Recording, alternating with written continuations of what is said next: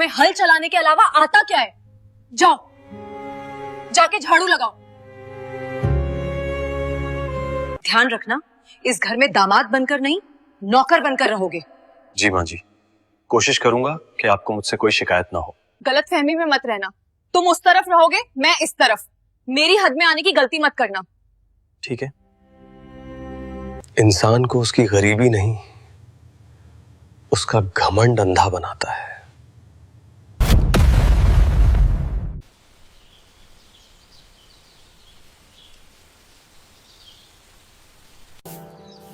कमाल है, पापा ने पति नहीं, घर के लिए फ्री का नौकर ले लिया है।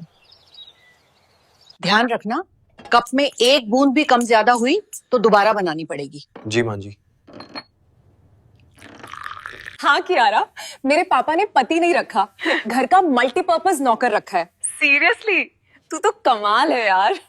घमंड की इमारत जितनी ऊंची होती है, गिरने की आवाज उतनी ही तेज होती है। फेज 1 पूरा हो चुका है, अब फेज 2 शुरू करो।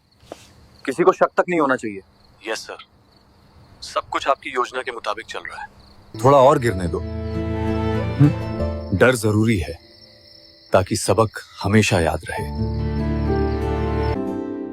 आरोही, इस बार पार्टी में तुम्हें अपने पति के साथ आना ही होगा।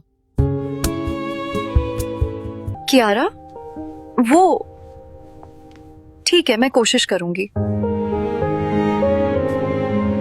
पार्टी में एक कोने में चुपचाप खड़े रहना, किसी से बात मत करना, मेरी इज्जत का सवाल है। जैसा तुम कहो।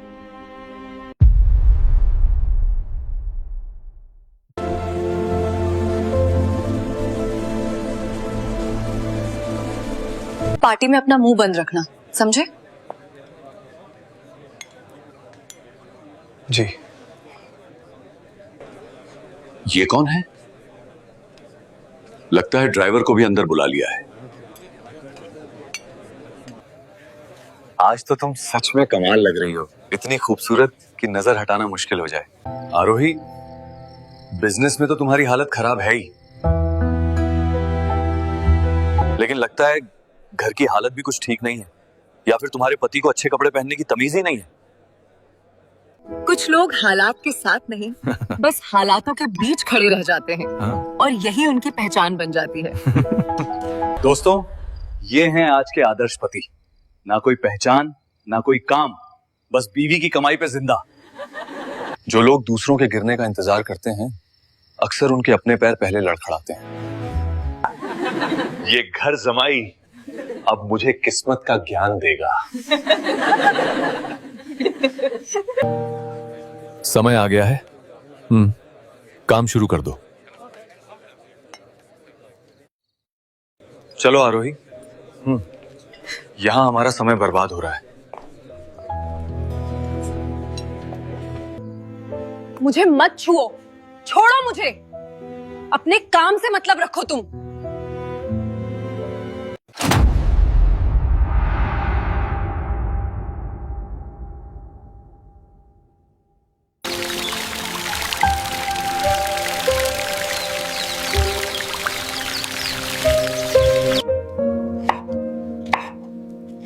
रात से अजीब से मेल आ रहे हैं, मुझे कुछ ठीक नहीं लग रहा। मुझे ऑफिस निकलना चाहिए, पहले ही बहुत देर हो चुकी है। हमारा सबसे बड़ा प्रोजेक्ट हाथ से निकल गया है आरोही जी। ये नामुमकिन है, टेंडर तो हमारा लगभग फाइनल था। रॉयल ग्लोबल ने आखिरी वक्त पर ऐसी बोली लगाई कि हम मुकाबला ही नहीं कर पाए।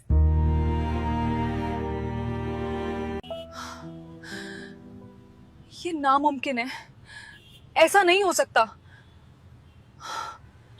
माँ, कंपनी डूब रही है। हम मल्होत्रा हैं, हमारी किस्मत कोई नहीं डुबो सकता। देख लिया, इस मनहूस के कदम पड़ते ही सब बर्बाद हो गया। तुम्हें हल चलाने के अलावा आता क्या है?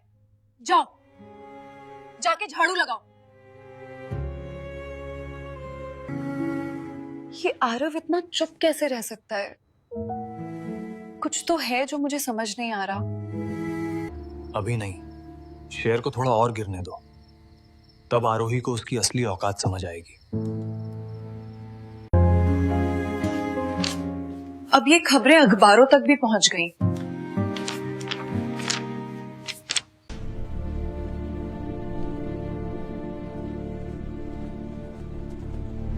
मैडम, ये बैंक की तरफ से आधिकारिक नोटिस है। स्थिति अब कानूनी स्तर पे पहुंच चुकी है। अगर 7 दिनों के भीतर 500 करोड़ का इंतजाम नहीं हुआ तो बैंक को मजबूरन ये घर और पूरी कंपनी सील करनी पड़ेगी। मैंने कहा था ना, ये आदमी हमारे घर के लिए मनहूस है।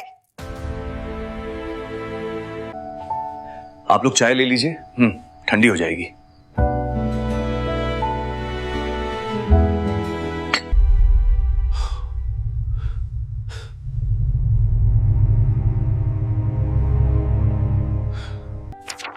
आज नहीं मैडम, हम बाद में आएंगे।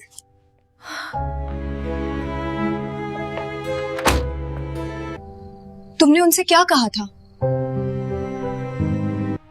बस इतना कहा कि साहब अंदर सो रहे हैं, थोड़ी देर बाद आइए। कुछ तो बहुत गड़बड़ है। सब कुछ मेरे हाथ से फिसलता जा रहा है। समझ ही नहीं आ रहा हो क्या रहा है। मैडम, अगर आज शाम तक फंड का इंतजाम नहीं हुआ तो मल्होत्रा ग्रुप का खेल यहीं खत्म समझिए। अब मेरा क्या होगा? सब कुछ हाथ से निकलता जा रहा है। मैम, चमत्कार हो गया, आप सुन के चौंक जाएंगी।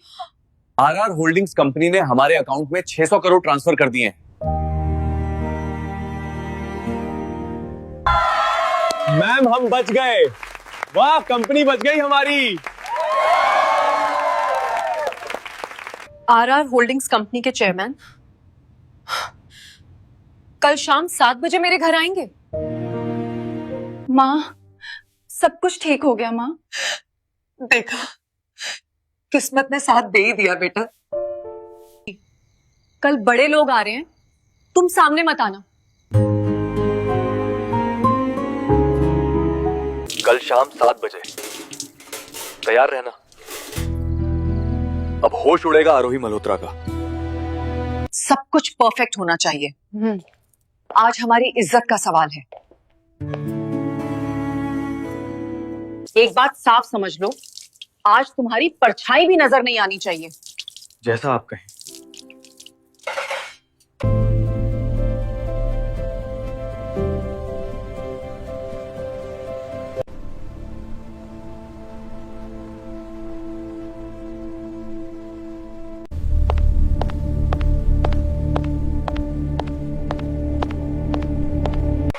आरआर होल्डिंग्स कंपनी से मिस्टर खन्ना आए हैं।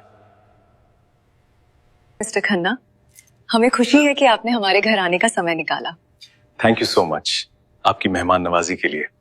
मिस्टर खन्ना, आपके चेयरमैन कहाँ हैं? मैं खुद उन्हें धन्यवाद देना चाहती हूँ। मेरे बॉस तो यही हैं, इसी घर में।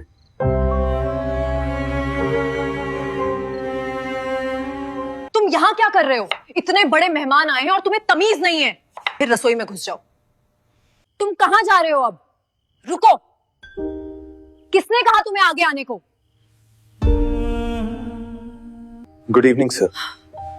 आपके कहे अनुसार सारा निवेश पूरा हो चुका है। ये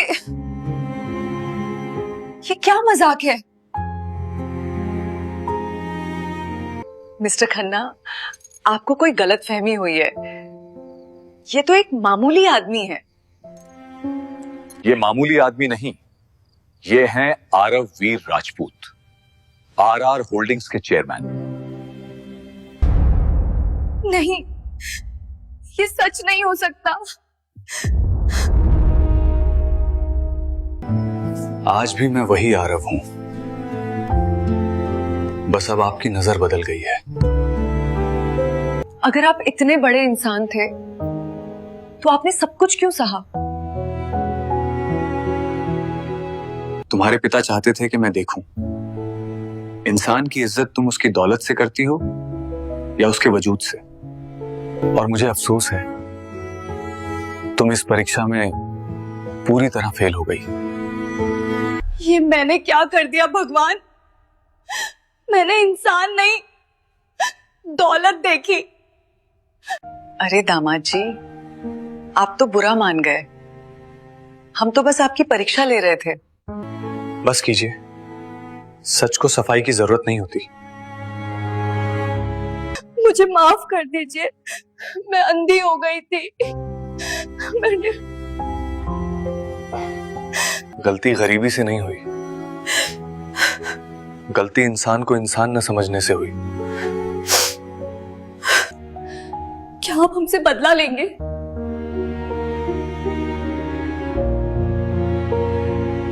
बदला नहीं लूंगा, क्योंकि बदला भी रिश्ते की तरह इज्जत मांगता है। मैं इस घर में तभी लौटूंगा जब यहां दामाद नहीं, पति और बेटा समझा जाऊंगा, जो होने से रहा।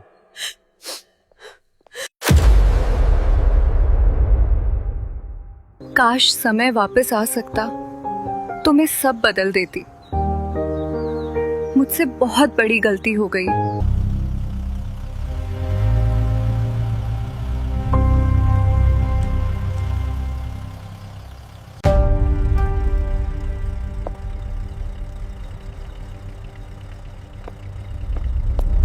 आरव, ये लोग कौन है बेटा? बेटा, क्या तुम हमसे सब कुछ छीन लोगे? ये मल्होत्रा ग्रुप के कागजात हैं।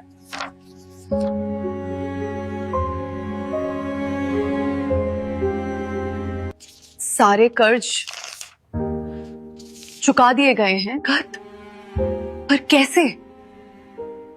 51% शेयर मेरे हैं, 79% तुम्हारे।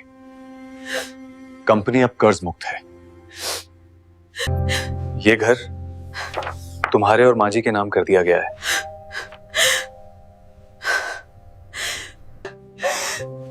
आप हमें सजा क्यों नहीं दे रहे? सजा नहीं दूंगा, क्योंकि मैं तुम्हें वही सबक दे चुका हूं जो पैसा नहीं सिखा सकता।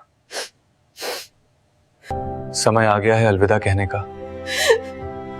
अपना ख्याल रखना।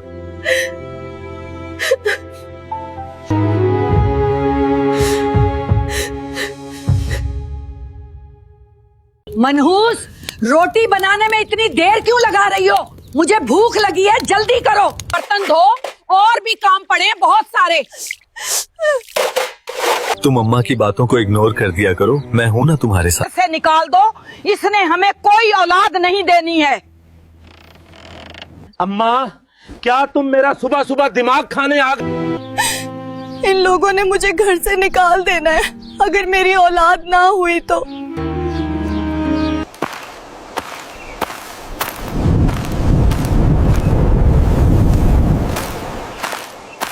जी, मैं दम करवाने आई हूँ। मेरी औलाद नहीं हो रही, वरना मेरे घर वाले मुझे घर से निकाल देंगे। तुम्हें कहा था उस मनहूस को घर से निकाल दो। लो देखो, अब वो घर से भाग गई है। शर्म नहीं आती तुम्हें? अर्जुन, मैं तो बाबा से दम करवाने गई थी। इस मनहूस को अभी तलाक देकर घर से निकाल देता हूँ, तलाक देता हूँ, तलाक देता हूँ। जाओ, चली जाओ यहाँ से। अब कहाँ जाऊंगी?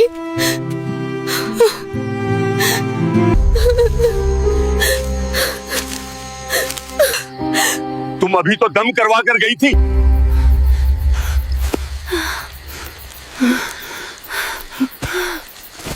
जब मीरा बड़ी हुई तो चाचा ने उसकी शादी एक गरीब लड़के अर्जुन से कर दी ताकि मीरा की जायदाद पर कब्जा कर सके, पर मरहम रख दिया है।